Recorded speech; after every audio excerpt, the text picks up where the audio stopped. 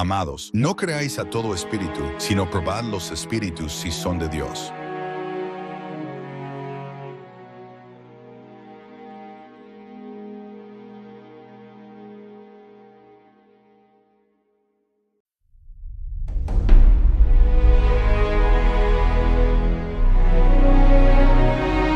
En el momento de comunicar su primera visión, con solo 17 años, Elena Harmon formaba parte de una pequeña compañía que se convertiría en la precursora de la Iglesia Adventista del Séptimo Día. Desde aquel día de diciembre de 1844, Elena de White y sus visiones han sido objeto de burla por parte de sus críticos. Incluso los adventistas contemporáneos la tacharon de fanática. De hecho, el editor de Advent Herald dijo que sus visiones eran el resultado de operaciones mesméricas, una forma primitiva de hipnotismo. Hoy en día han surgido sospechas sobre el obelisco plantado en la tumba de Elena de White. Otros afirman que sus visiones fueron el resultado de una lesión en la cabeza que recibió en la infancia, o simplemente que era una charlatana. Pero para los que la creen, ella es lo que afirmaba ser, una mensajera del Señor.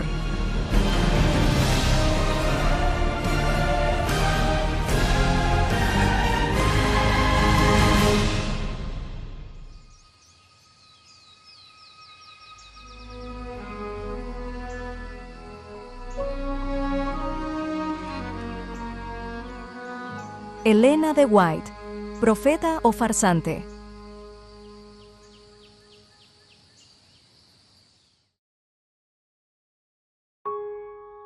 Existe cierto estigma en torno a cualquier persona que afirme haber recibido inspiración directa de Dios. Aunque esto no es sin causa, ya que muchos falsos profetas están saliendo por el mundo. Es importante señalar que todos los que han llevado un mensaje del cielo han sido ridiculizados por sus contemporáneos. Antes de su martirio, Esteban señaló esto a los judíos incrédulos haciendo la pregunta retórica: ¿a cuál de los profetas no persiguieron vuestros padres? La opinión popular no ofrece ninguna salvaguardia para determinar si un profeta es verdadero o falso. ¿Recuerdas las palabras de Nicodemo ante el Sanedrín?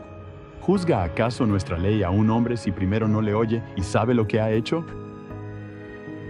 Antes de que se pueda hacer un juicio exacto, debemos permitir que las propias palabras y obras de Elena White hablen por sí mismas, independientemente de la opinión de cualquier persona.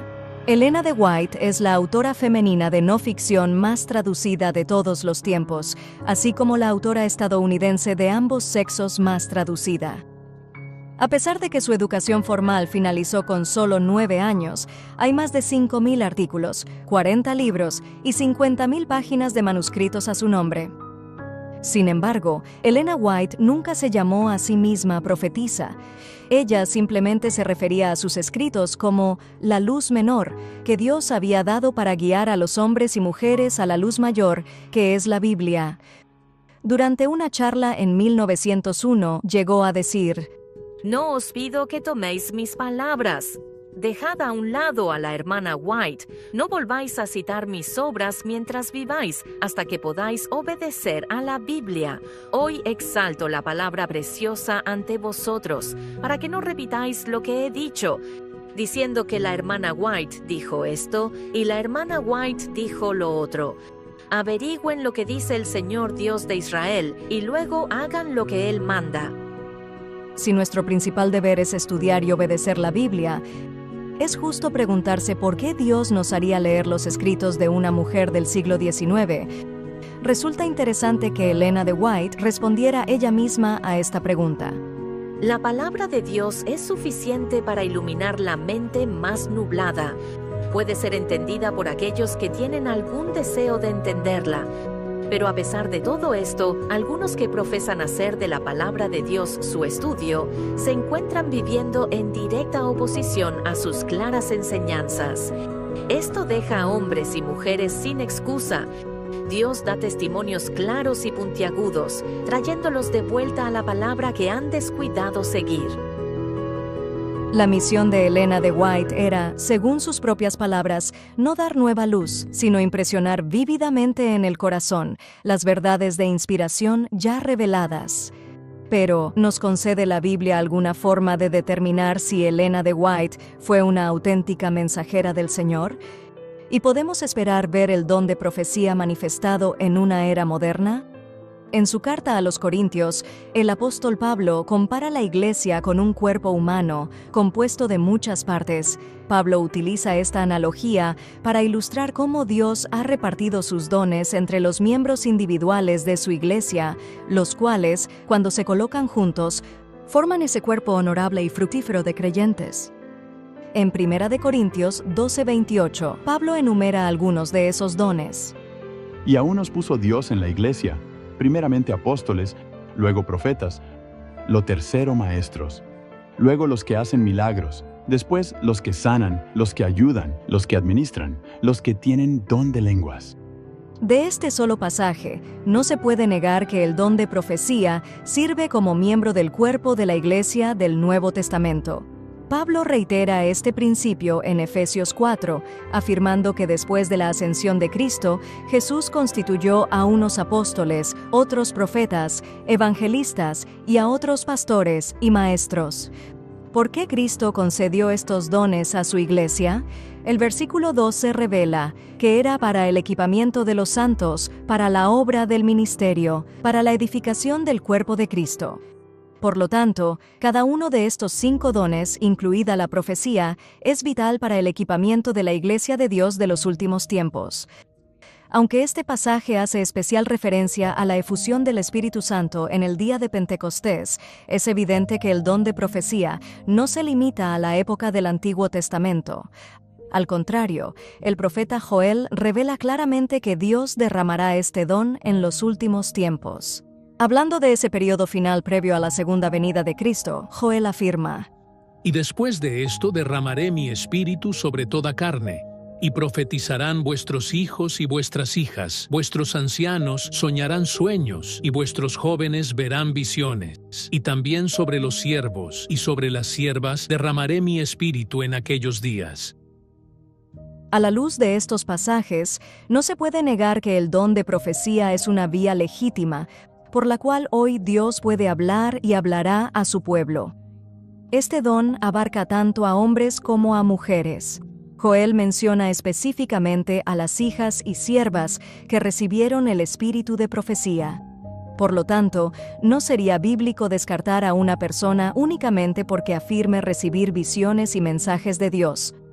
Por supuesto, esto no quiere decir que haya que creer a todas esas personas, ni mucho menos. De hecho, esta es la razón por la que Elena de White nunca asumió el título de profetisa. ¿Por qué no he pretendido ser profeta? Porque en estos días, muchos que osadamente afirman que son profetas son un reproche a la causa de Cristo. Y porque mi obra incluye mucho más de lo que significa la palabra profeta. Elena de White era consciente de la influencia cautivadora, aunque engañosa, de hombres que decían ser profetas de Dios y, sin embargo, estaban siendo utilizados por Satanás. Es debido a la prevalencia de estos falsos profetas que Dios, en su sabiduría, ha provisto pruebas bíblicas claras, mediante las cuales uno puede distinguir a un verdadero profeta del contraparte del enemigo. Esto es lo que significa probar los espíritus, como Juan nos instruye. Amados, no creáis a todo espíritu, sino probad los espíritus si son de Dios, porque muchos falsos profetas salen por el mundo. 7 pruebas bíblicas.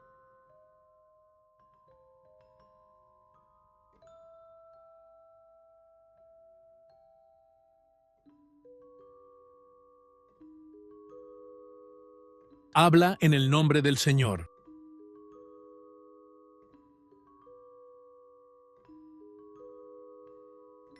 Un verdadero profeta de Dios no es un psíquico.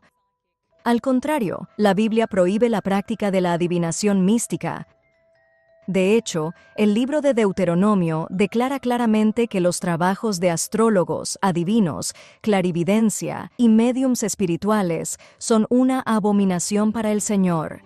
A cualquier persona que participe en estas actividades se le puede negar el título de verdadero profeta de Dios, aunque afirme recibir sus mensajes del Señor.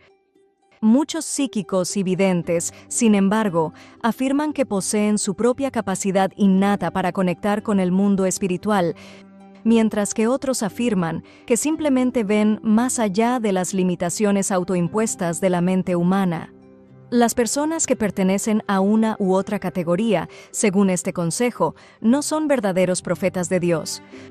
Por un lado, la Biblia afirma que los muertos no saben nada, y que sus profetas no hablaron por su propia capacidad, sino movidos por el Espíritu de Dios. Sabiendo primero esto, que ninguna profecía de la Escritura es de interpretación privada, porque la profecía no fue traída antiguamente por voluntad humana, sino que los santos hombres de Dios hablaron siendo inspirados por el Espíritu Santo.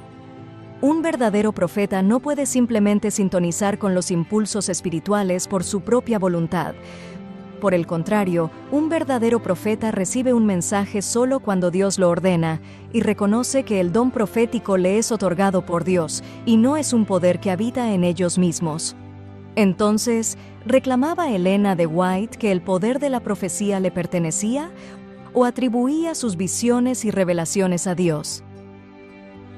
Se podría decir que esta comunicación no era más que una carta. Sí, era una carta, pero impulsada por el Espíritu de Dios, para traer ante vuestras mentes cosas que me habían sido mostradas. En estas cartas que escribo, en los testimonios que doy, os presento lo que el Señor me ha presentado. No escribo un artículo en el periódico expresando meramente mis propias ideas. Son lo que Dios ha abierto ante mí en visión, los preciosos rayos de luz que brillan desde el trono. Dependo tanto del Espíritu del Señor al escribir mis visiones como al recibirlas. Elena de White testificó abiertamente que sus pensamientos le fueron dados por el Espíritu de Dios. Hablando en tercera persona, declaró acerca de sus obras: La hermana White no es la autora de estos libros. Contienen la instrucción que durante el trabajo realizado a lo largo de su vida, Dios le ha estado dando. Contienen la luz preciosa y consoladora que Dios ha concedido bondadosamente a su sierva para que la dé al mundo. Además, Elena de White condenó repetidamente las prácticas espiritistas descritas en Deuteronomio 18. Un ejemplo interesante de esto puede verse en su respuesta a los fenómenos de rapping o knocking de la década de 1840, que generalmente se acepta como el origen del espiritismo moderno. En resumen, Kate y Margaret Fox eran dos hermanas que vivían en Hinesville, Nueva York. Corría el año 1848 cuando, al parecer, estas mujeres escucharon unos golpecitos o golpes en las paredes de su casa, que ellas creían que eran mensajes de un espíritu. Las hermanas Fox supuestamente fueron capaces de responder o hablar a los golpes. Más tarde descubrieron que una víctima de asesinato había sido enterrada en el sótano de su casa y a partir de entonces afirmaron que era su espíritu con el que se habían estado comunicando. En 1849, Elena de White recibió una visión relativa a este suceso. Vi que los golpes misteriosos en Nueva York y otros lugares eran el poder de Satanás, y que tales cosas serían cada vez más comunes, vestidas con un ropaje religioso. En 1854, Elena de White recibió una tercera visión del engaño envolvente. Vi que Satanás tiene poder para traer ante nosotros la aparición de formas que pretenden ser nuestros parientes o amigos que duermen en Jesús. Se hará aparecer como si estos amigos estuvieran realmente presentes. Se pronunciarán las palabras que pronunciaron mientras estaban aquí y con las cuales estábamos familiarizados, y caerá sobre el oído el mismo tono de voz que tenían mientras vivían. Todo esto es para engañar al mundo y atraparlos en la creencia de este engaño. La popularidad de los sanadores espirituales, los médiums y el misticismo oriental en la sociedad moderna valida la predicción de Elena de White de que la brujería se volvería más común y aceptada. Y como concluye un artículo de The New Statesman, fue la curiosidad despertada por las historias de golpes lo que permitió que los médiums salieran a la luz y se establecieran. El repudio de Elena de White por tales prácticas la separa del reino de los psíquicos y médiums espirituales. Aunque previó el rápido aumento de popularidad del movimiento, lo condenó por ser de origen satánico. A diferencia de las hermanas Fox, Elena de White habló movida por el Espíritu de Dios.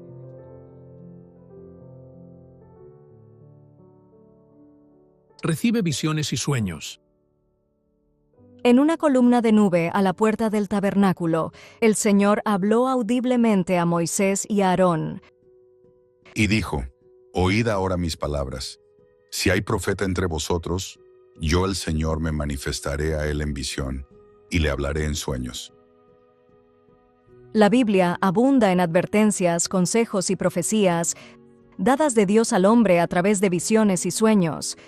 José, Daniel e Isaías, y Pedro, Pablo y Juan son solo algunos de los muchos instrumentos a los que Dios dio visiones del día y sueños de la noche. Curiosamente, el libro de Daniel proporciona una visión de lo que ocurrió cuando Daniel entró en visión. Daniel experimentó una pérdida inicial de fuerza física, más tarde recibió una fuerza sobrenatural. Su respiración cesó. No era consciente de los acontecimientos terrenales que le rodeaban. En el libro de los Números, encontramos otra característica que marcó la visión del que una vez fue verdadero profeta, Balaam. Sus ojos estaban abiertos. No como los anteriores mensajeros. Elena de White recibió aproximadamente 2,000 visiones y sueños a lo largo de sus 17 años de ministerio. John Norton Loughborough, pionero adventista que presenció las visiones de Elena de White en unas 50 ocasiones, junto a su esposo, Jaime White, enumeró varios atributos físicos que caracterizaban sus visiones. Al entrar en visión, da 3 gritos extasiantes de: ¡Gloria! ¡Gloria! ¡Gloria! Durante unos instantes se desmayaba, sin fuerzas. Luego se llenaba instantáneamente de una fuerza sobrehumana, a veces poniéndose en pie y caminando por la habitación. A menudo movía las manos, los brazos y la cabeza, con gestos libres y elegantes. Pero cualquiera que fuese la posición en que movía una mano o un brazo, no podía ser impedida ni controlada, ni siquiera por la persona más fuerte. En 1845 sostuvo la Biblia familiar de sus padres, de 8,5 kilos, en la mano izquierda durante media hora. En aquel momento ella pesaba 36 kilos. No respiró durante todo el tiempo que duró la visión, que duró entre 15 minutos y 3 horas. Sin embargo, su pulso latía con regularidad y su semblante seguía siendo agradable, como en estado natural. Sus ojos estaban siempre abiertos sin pestañear. Tenía la cabeza levantada mirando hacia arriba con expresión agradable, como si mirara fijamente algún objeto lejano. Varios médicos le hicieron pruebas en distintos momentos para comprobar su falta de respiración y otros fenómenos físicos. Estaba completamente inconsciente de todo lo que ocurría a su alrededor y se consideraba alejada de este mundo y en presencia de seres celestiales. Cuando salía de la visión, todo le parecía oscuridad total, ya fuera de día o en una habitación bien iluminada por la noche. Exclamaba con un largo suspiro al respirar por primera vez de forma natural. Oscuridad. A continuación, se quedaba sin fuerzas. Increíblemente, estas características son idénticas a las experimentadas por Daniel y Balaam. Elena de White perdió primero su fuerza física y luego la recuperó con poder sobrenatural. No respiraba, estaba inconsciente de lo que ocurría a su alrededor y tenía los ojos abiertos. Este relato de un testigo ocular describe sin duda una experiencia sobrenatural. Sin embargo, no se trata de un testimonio aislado. Las mismas características han sido descritas por otras fuentes contemporáneas, entre ellas George Butler y Martha Amadon. Y sin embargo, ¿es esta información prueba suficiente de que las visiones de Elena de White procedían de Dios? A pesar de tan asombrosas manifestaciones físicas, hay que andarse con cuidado, porque a través del profeta Jeremías, el Señor declara: Los profetas profetizan mentiras en mi nombre. Yo no los envié, ni les ordené, ni les hablé. Os profetizan visión falsa y adivinación, y cosas sin sentido, y el engaño de su corazón. Así dice el Señor de los ejércitos. ¿No escuchéis las palabras de los profetas que os profetizan? Os hacen vanos, hablan de visión de su propio corazón, y no de boca del Señor.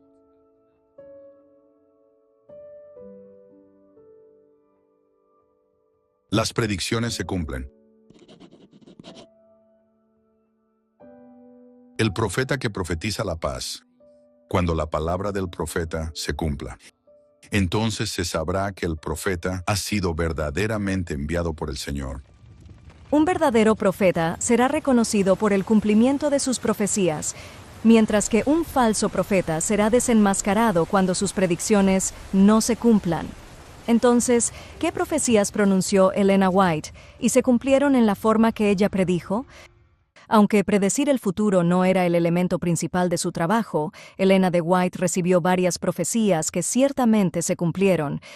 El 1 de septiembre de 1902, Elena de White escribe: Deben celebrarse reuniones en tiendas bien equipadas en las grandes ciudades, como San Francisco, porque no tardará mucho para que estas ciudades sufran bajo los juicios de Dios. San Francisco y Oakland se están convirtiendo como Sodoma y Gomorra, y el Señor las visitará en ira. En julio del año siguiente, 1903, declaró de manera similar: Los juicios de Dios están en nuestra tierra. El Señor pronto vendrá. Fuego e inundación y terremoto. Él está advirtiendo a los habitantes de esta tierra de su pronta aproximación. Oh, que la gente conozca el tiempo de su visitación. Luego, el 16 de abril de 1906, Elena de White recibió la siguiente visión. Durante una visión nocturna, me paré sobre una eminencia, desde la cual podía ver casas sacudidas como un junco al viento. Edificios, grandes y pequeños, caían al suelo, lugares de recreo, teatros, hoteles, y las casas de los ricos fueron sacudidas y destrozadas. Muchas vidas fueron borradas de la existencia, y el aire se llenó de los gritos de los heridos y los aterrorizados. Los ángeles destructores de Dios estaban trabajando. Un toque y edificios tan minuciosamente construidos que los hombres los consideraban seguros contra todo peligro, rápidamente se convirtieron en montones de basura. No había garantía de seguridad en ningún lugar. No me sentí en ningún peligro especial, pero no encuentro palabras para describir lo espantoso de las escenas que pasaron ante mí. Parecía que la paciencia de Dios se había agotado y que había llegado el día del juicio final. El ángel que estaba a mi lado me instruyó entonces que muy pocos tienen idea de la maldad que existe hoy en nuestro mundo, y especialmente la maldad en las grandes ciudades. Declaró que el Señor ha fijado un tiempo en que visitará a los transgresores con ira por el persistente desprecio de su ley. Lamentablemente, la ciudad, famosa por su alcoholismo e inmoralidad sexual, continuó en su estado anárquico. Y 2 días después, el 18 de abril de 1906, San Francisco se vio sacudida por un catastrófico terremoto que se cobró más de 3,000 vidas, destruyó más de 28,000 edificios y dejó sin hogar a 250,000 residentes. Los historiadores atestiguan que este terremoto fue tan desprevenido como calamitoso. De hecho, solo 2 días después de la visión de Elena de White, casi 300 millas de fallas se rompieron, resultando en la destrucción de más del 80% de la ciudad. A día de hoy, el terremoto de San Francisco de 1906, incluyendo sus posteriores incendios, es el segundo desastre natural más mortífero de la historia de Estados Unidos. Y sin embargo, en la mañana del 18 de abril de 1906, no había indicios observables de que la corteza terrestre estuviera a punto de moverse. El 12 de enero de 1861, en una iglesia de Parkville, Michigan, Elena de White recibió una visión de guerra. John Loughborough estuvo presente durante la visión y registró la descripción que hizo Elena de White de lo que vio. No hay nadie en esta casa que haya soñado siquiera con los problemas que se avecinan en esta tierra. La gente se burla de la ordenanza de secesión de Carolina del Sur, pero me acaban de mostrar que un gran número de estados se van a unir a ese estado, y habrá una guerra de lo más terrible. En esta visión he visto grandes ejércitos de ambos bandos reunidos en el campo de batalla. He oído el estruendo de los cañones y he visto muertos y moribundos por todas partes. Luego los he visto precipitarse, enzarzados en una lucha cuerpo a cuerpo. Luego vi el campo después de la batalla, todo cubierto de muertos y moribundos. Luego se me trasladó a la prisión y vi el sufrimiento de los necesitados que se estaban marchitando. Luego me llevaron a las casas de los que habían perdido maridos, hijos o hermanos en la guerra. Vi su aflicción y su angustia. En esta casa hay quienes perderán hijos en esa guerra. Por esa misma época, Thomas Cobb, mientras redactaba la Constitución Confederada, dejó claro: La creencia casi universal aquí es que no tendremos guerra. En marzo, el vicepresidente de la Confederación declaró que el temor a una colisión mortal con la Unión se disipó de inmediato. A pesar de estas palabras tranquilizadoras, el 12 de abril de 1861 comenzó la Guerra Civil Americana, cuya gravedad, como predijo Helena de White 3 meses antes, fue mucho mayor de lo que nadie hubiera podido imaginar. La Enciclopedia Británica estima que hasta 1909 el costo de la guerra para la nación se había aproximado al tremendo total de $15.500 millones, y la muerte de probablemente 300.000 hombres en cada bando.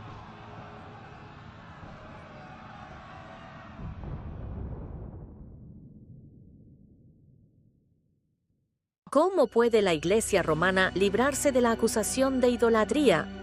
No lo vemos. Y esta es la religión que los protestantes están empezando a mirar con tanto favor, y que finalmente se unirá con el protestantismo. Sin embargo, esta unión no se verá afectada por un cambio en el catolicismo. Roma nunca cambia. Reivindica la infalibilidad. Es el protestantismo el que cambiará. La adopción de ideas liberales, por su parte, lo llevará a donde pueda estrechar la mano del catolicismo. Cuando Helena de White escribió esta declaración en 1886, el papado era considerado por los protestantes con mucha menos reputación que hoy. Sin embargo, ella predijo que las dos corrientes se unirían con el tiempo. ¿Hoy podemos ver esta unión? The protest is over.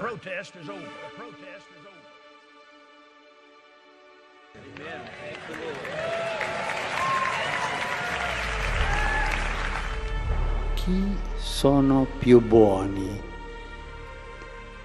Gli evangelici o i cattolici? Hermanos y hermanas, la protesta de Lutero ha terminado. ¿La vuestra también?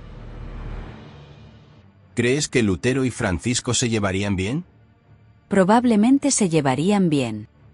Y creo que Lutero estaría bastante sorprendido de que la misma Iglesia Católica que lo excomulgó ahora lo honre de esta manera. En esta multitud, en este abanico de religiones, hay una sola certeza que tenemos para todos. Todos somos hijos de Dios. So the more we love each other, the more we'll understand each other. If you love Jesus, we're on the same team. Catholic Church, our church, it's open for everybody, so I like his tone. I believe that the Catholic Church and the Christian Church, we're going to come together. We thank God for you. También podemos estar de acuerdo en la necesidad de hacer frente a los prejuicios anticatólicos. Y tenemos que unirnos, no solo como nación, sino como comunidad mundial. Tenemos mucho más en común que lo que nos divide. Cuando se habla de pentecostales, carismáticos, evangélicos, de católicos fundamentalistas, metodistas, bautistas, presbiterianos, etcétera, etcétera, todos dirían que creemos en la Trinidad, creemos en la Biblia, creemos en la resurrección, creemos que la salvación es a través de Jesucristo. Tal vez ahora todos somos católicos de nuevo. Cada año se celebra una reunión ecuménica con el Papa, llamada la Conferencia de Secretarios de la Comunión Cristiana Mundial, la Iglesia Anglicana, la Alianza Bautista Mundial, la Iglesia Ortodoxa, la Iglesia Adventista del Séptimo Día, la Iglesia Luterana Mundial, los menonitas. All of these leaders represent literally tens of thousands. Perché questo è un miracolo dell'unità è incominciato. Si ya no hay más protesta, ¿cómo puede haber una iglesia protestante? Chi sono più buoni? Gli evangelici o i cattolici? Besser sind alle zusammen.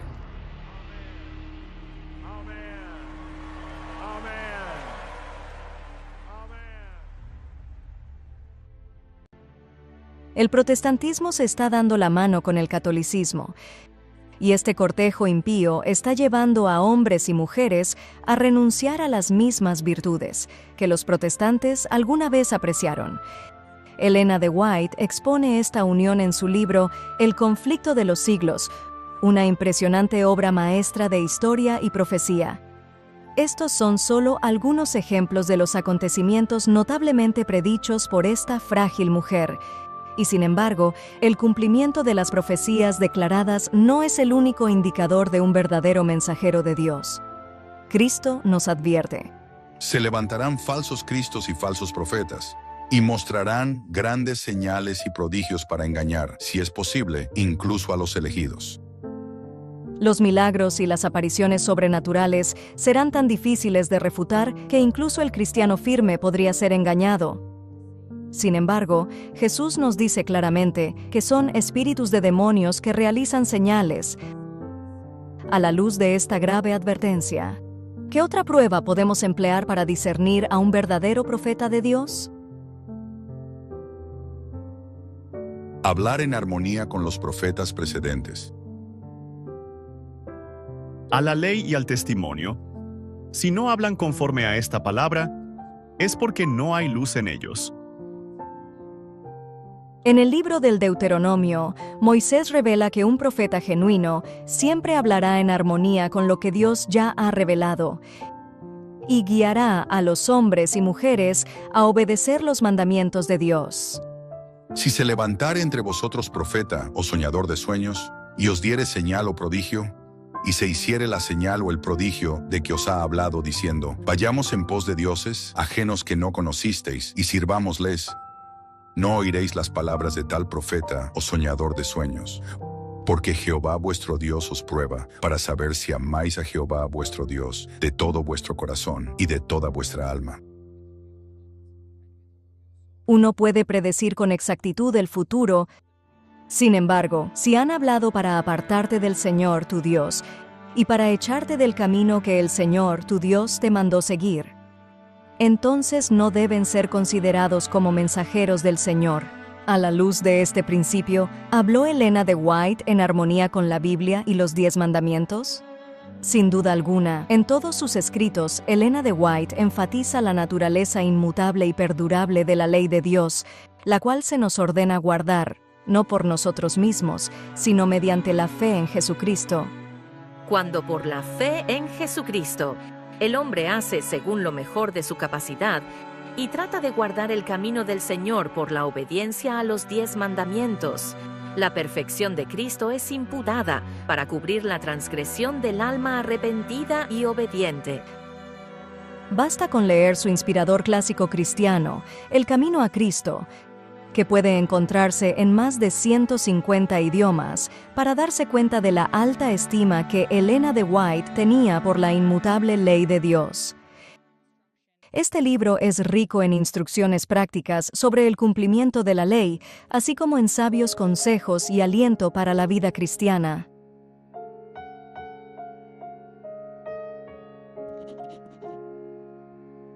Edifica y aconseja a la iglesia. Pero el que profetiza habla a los hombres para edificación, exhortación y consuelo. Pablo nos dice que el servicio de profetizar no es para los que no creen, sino para los que creen. El papel de un profeta siempre ha sido edificar y aconsejar a la iglesia, para que la iglesia pueda estar completamente equipada para la obra de ministrar al mundo. Es a través de sus profetas que Dios envía mensajes de advertencia y súplica, implorando a su pueblo reincidente que se aleje de sus pecados. Como proclama Jeremías: El Señor me envió a profetizar contra esta casa y contra esta ciudad todas las palabras que has oído. Por tanto, enmendad ahora vuestros caminos y vuestras obras, y obedeced la voz del Señor, vuestro Dios, y el Señor se arrepentirá del mal que ha pronunciado contra vosotros. A la luz de este pasaje, está fuera de duda que Elena de White cumplió su propósito como profeta. Su serie de 9 volúmenes, Testimonios para la Iglesia, consta de más de 5.000 páginas de consejos, visiones y asesoramiento sobre asuntos de salud, vida familiar, organización eclesiástica, esfuerzos misioneros y desarrollo del carácter. A pesar de estos textos inestimables, el consejo de Elena de White se extiende mucho más allá de estos 9 volúmenes, e incluso más allá del ámbito de la religión misma. Sí, en una época en que el tratamiento estandarizado de las enfermedades implicaba sangrías, purgas y el uso de drogas tóxicas, Dios le dio a Elena de White un mensaje revolucionario de reforma de la salud.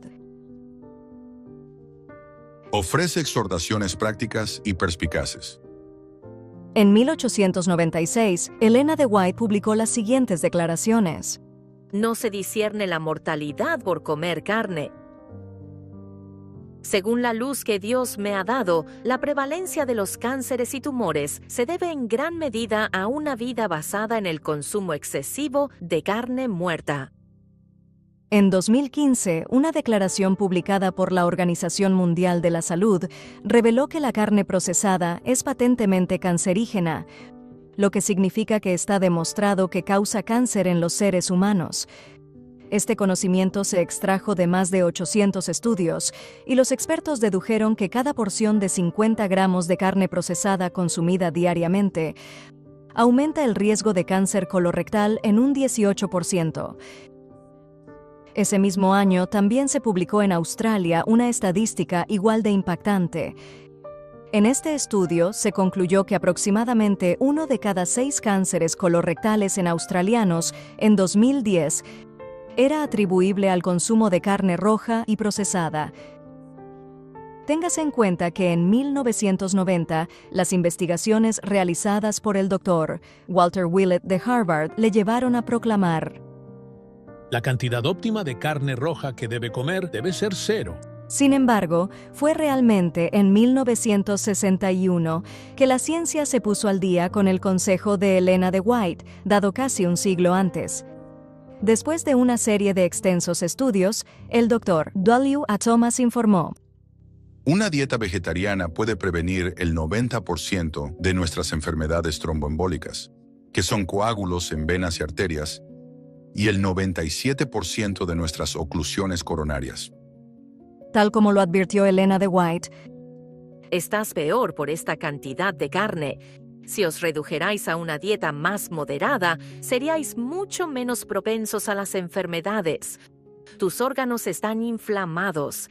Estáis expuestos a ataques agudos de enfermedad y a una muerte repentina. Sin embargo, por muy revolucionario que fuera, su mensaje sobre la reforma pro salud no terminó allí. En 1864, Elena de White escribió: El tabaco es un veneno de la clase más engañosa y maligna. Es tanto más peligroso cuanto que sus efectos sobre el organismo son tan lentos y al principio apenas perceptibles. Multitudes han sido víctimas de su venenosa influencia. Seguramente se han asesinado a sí mismos por este lento veneno.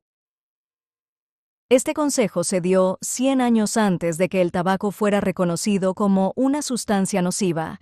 De hecho, durante todo el siglo XIX, el mundo de la medicina consideraba el tabaco y el humo de los cigarrillos como una cura eficaz para las enfermedades pulmonares. Los primeros informes médicos que relacionaban el tabaquismo con el cáncer de pulmón empezaron a aparecer en la década de 1920. Y no fue hasta los años 50 y 60 cuando una serie de importantes estudios confirmaron que inhalar tabaco puede provocar una serie de enfermedades graves. En 1905, Elena de White continuó diciendo: el uso del licor o del tabaco destruye los nervios sensitivos del cerebro. Esta afirmación se hizo 64 años antes de que la ciencia reconociera que por cada copa de alcohol que uno bebe, está dañando progresiva y permanentemente su cerebro. Sí, no fue hasta 1969, cuando el Dr. Knizzeli demostró que en lugar de ser simplemente un efecto final que se observa en los alcohólicos después de años de beber mucho, el daño cerebral se produce progresivamente desde las primeras células destruidas por la primera bebida que toma una persona, y que el daño se acumula implacablemente con cada bebida que toma a partir de entonces. Recuerden, era 1905 cuando Elena de White dijo: el uso de licor o tabaco destruye los nervios sensitivos del cerebro. En 1865, Elena de White también escribió sobre las influencias prenatales. La irritabilidad, el nerviosismo y el abatimiento manifestados por la madre marcarán el carácter de su hijo. Si ella elige comer lo que le plazca y lo que le apetezca, sin tener en cuenta las consecuencias, su inocente hijo debe sufrir por su indiscreción. En 1954, se presentaron finalmente pruebas documentadas que confirmaban esta advertencia. El Dr. Ashley Montagu declaró: durante años, los científicos han creído que su bebé nonato vive una existencia aislada y protegida de todas las influencias externas. Pero esto no es cierto. Las madres sometidas a periodos de estrés emocional severo durante el embarazo tienen con frecuencia bebés que muestran evidencias de sistemas nerviosos irritables e hiperactivos. En 1967, el Dr. Leland Scott corroboró aún más las afirmaciones de Montagu al afirmar que se ha descubierto que las anomalías infantiles como el raquitismo, la inestabilidad nerviosa, la epilepsia y la parálisis cerebral son el resultado de una malnutrición grave de la madre en determinados momentos del periodo de gestación. Corría el año 1865 cuando Elena de White advirtió: en generaciones pasadas, si las madres se hubieran informado respecto a las leyes de su ser, habrían comprendido que su fuerza constitucional, así como el tono de su moral y sus facultades mentales, estarían en gran medida representados en su descendencia. En 1865, Elena de White también transmitió una grave visión concerniente a las drogas venenosas que prevalecían en aquel tiempo, muchas de las cuales todavía se usan hoy. En la visión, a Elena de White se le mostraron varias almas, cada una con signos y síntomas únicos, sufriendo en camas de hospital. Un caballero la guió a través de las desgarradoras escenas. De un paciente, dijo: esta es la influencia de las preparaciones mercuriales. De otro caso: estos son los resultados de tomar opio. Y de otro: este es el efecto del calomelano. Con todo lujo de detalles, el guía explicó el funcionamiento de cada droga y los signos de su tormento sobre el cuerpo, tanto física como mentalmente. Aunque en la actualidad la sociedad está tomando conciencia de la naturaleza altamente tóxica de ingredientes como el mercurio, esta información se oponía estrictamente a las creencias médicas del siglo XIX. Finalmente, fue en 1869 cuando Elena de White habló de las corrientes eléctricas en el sistema nervioso. Todo lo que perturba la circulación de las corrientes eléctricas en el sistema nervioso disminuye la fuerza de los poderes vitales. El sistema está vitalizado por la fuerza eléctrica del cerebro para resistir a la enfermedad. La noción de que nuestros cuerpos están cargados eléctricamente no fue descubierta hasta 1929 por el psiquiatra Hans Berger, y pasaron 5 años antes de que la idea fuera apoyada por primera vez. El Dr. Charles Mayo declaró en 1934 que las cargas eléctricas son la fuerza vital del cerebro, el corazón y los nervios. Sin embargo, este conocimiento le fue otorgado a una mujer con solo 3 años de educación formal, exactamente 50 años antes. Con todos estos notables consejos beneficiosos, ¿cómo puede alguien dudar de que, por lo menos, a Elena de White se le concedió sabiduría sobrenatural?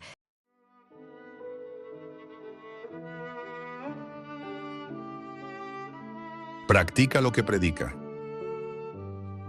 Guardaos de los falsos profetas que vienen a vosotros con vestidos de ovejas, pero por dentro son lobos rapaces. Por sus frutos los conoceréis. Un estudio preciso de la vida de Elena de White resaltará una cualidad abrumadora: la autenticidad de su religión, su conducta desinteresada a lo largo de sus experiencias más difíciles, incluyendo traumas físicos, pobreza, la muerte de 2 de sus hijos y enviudar a la edad de 54 años, señalan su auténtica confianza en Jesucristo. Sí, Elena de White practicaba lo que predicaba. Como revela un ejemplo, no solo escribió extensamente sobre el cuidado de los huérfanos, sino que ella misma acogió en su casa a numerosos huérfanos, de 3 a 16 años de edad, proporcionándoles cuidados maternales y formación piadosa. El testimonio de Elena de White en favor de Cristo fue tan abundantemente claro que en el momento de su muerte, hasta los periódicos comunes testificaron de sus buenos frutos. He aquí un registro noble, y ella merece gran honor. No demostró orgullo ni buscó lucro deshonesto. Vivió la vida e hizo la obra de una profetisa digna. La señora White fue una mujer notable en muchos aspectos.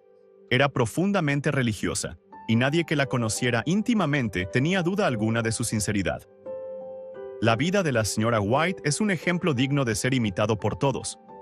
Aunque de educación limitada, durante la mayor parte de su larga vida y con mala salud, nunca vaciló. Pero durante 72 años llevó y predicó el mensaje de Jesucristo, tal como ella lo entendía, hasta los rincones más recónditos de la tierra. Fue una humilde y devota discípula de Cristo, y siempre anduvo haciendo el bien. Sus escritos han sido publicados en libros, periódicos y revistas, y de su prolífica pluma han salido escritos sobre muchos temas religiosos.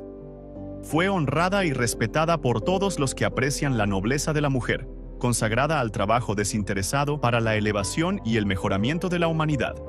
Sus casi 90 años estuvieron repletos de buenas acciones, palabras amables y oraciones fervientes por toda la humanidad. Sin duda echaremos mucho de menos a esta buena samaritana.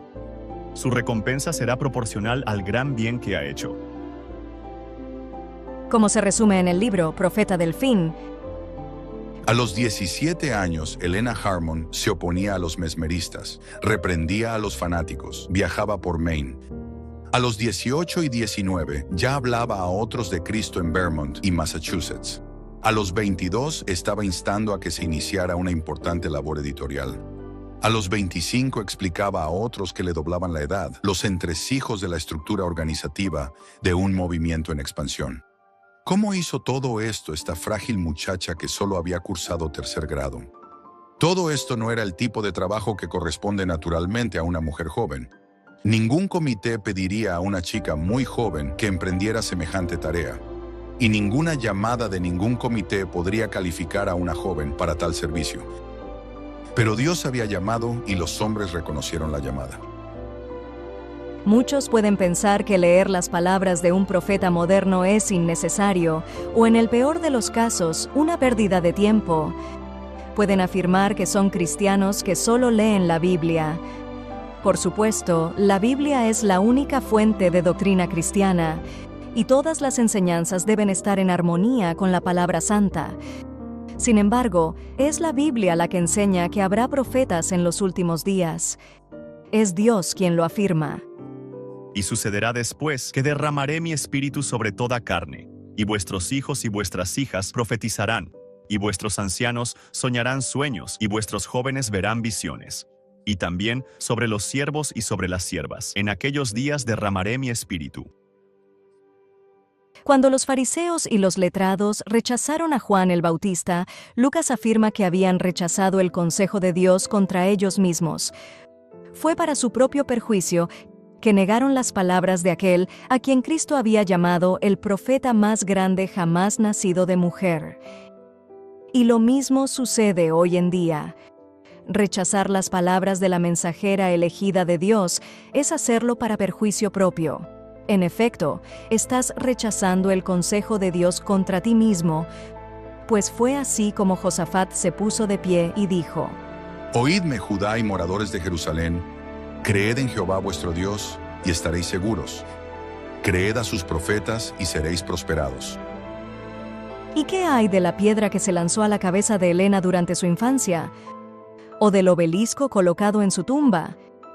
Mi respuesta es la siguiente: si usted puede descartar las ideas revolucionarias de Helena de White sobre la reforma de la salud, que estaban muy por delante de la ciencia de su tiempo, como el resultado de un daño cerebral, o si puede pasar por alto todos sus consejos contra el misticismo, la masonería y las sociedades secretas, a favor de una estatua en su tumba, que era lo más común y barato durante el siglo XIX, entonces esa es su elección.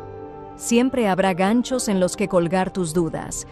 Sin embargo, cuando se trata de las 7 pruebas bíblicas, puede decirse con seguridad que esta mujer pasa cada una de ellas, como era nuestra intención.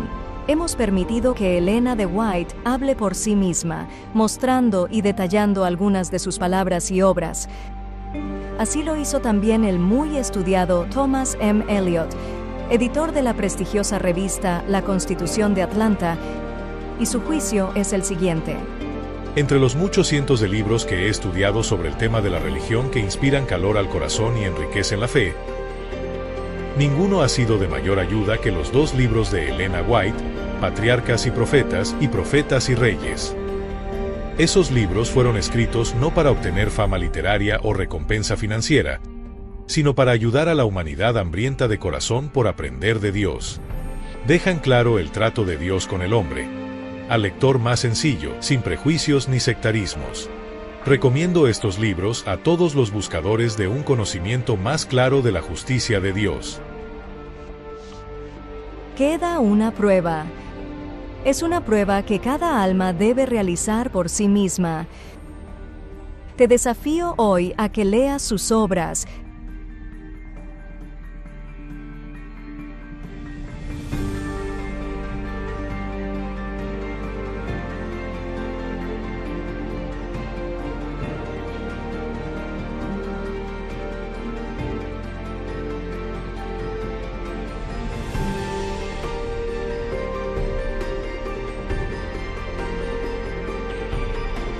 examinadlo todo, retened lo bueno.